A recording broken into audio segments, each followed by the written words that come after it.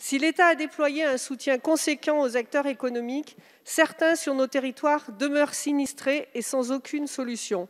Lors d'une récente visite en montagne, Monsieur le Premier ministre, vous avez vous-même reconnu des trous dans la raquette.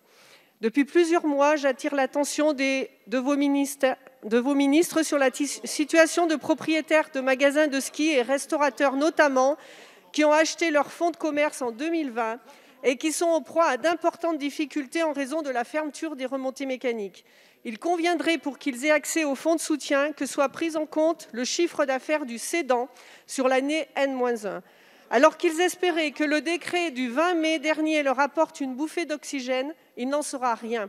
La faute à des critères trop stricts qui imposent aux sociétés de remplir 6 conditions cumulatives et en particulier d'avoir subi une interdiction d'accueil du public sans interruption entre novembre 2020 et mai 2021 et de n'avoir généré aucun chiffre d'affaires en 2020.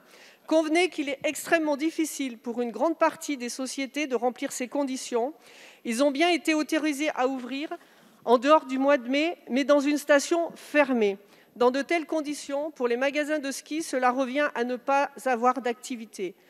La famille Canal-Parola, pour mettre un nom sur ces trous dans la raquette, a acheté 10 fonds de commerce à l'Alpe d'Huez en 2020. Ils n'ont à ce jour bénéficié d'aucune aide et ne savent comment ils tiendront avec les charges à payer et leurs 18 salariés permanents qu'ils doivent indemniser. Ils sont aujourd'hui plongés dans une grande détresse économique et humaine, sans compter l'impact négatif sur l'emploi local et la vie de leurs salariés. Ils ne sont malheureusement pas les seuls à être dépourvus de soutien et ont d'ailleurs créé un collectif avec d'autres acteurs sur le territoire isérois et montagnard. Monsieur le Premier ministre, vous ne pouvez pas vous réfugier derrière les ordres de grandeur macroéconomiques.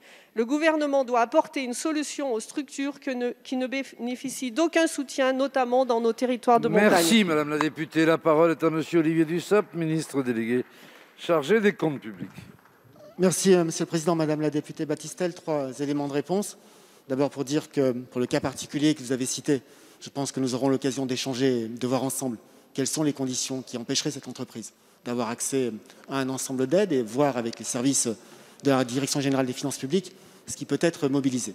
La deuxième réponse que je voulais vous apporter, vous l'avez faite vous-même finalement dans votre question, avec le décret du 20 mai qui permet pour les reprises intégrales de fonds de commerce dans les secteurs faisant l'objet d'une fermeture administrative, la prise en charge des coûts fixes avec une perte de 70 à 90%, mais vous l'avez précisé vous-même, c'est valable pour les entreprises qui ont fait l'objet d'une interdiction longue d'ouverture au public.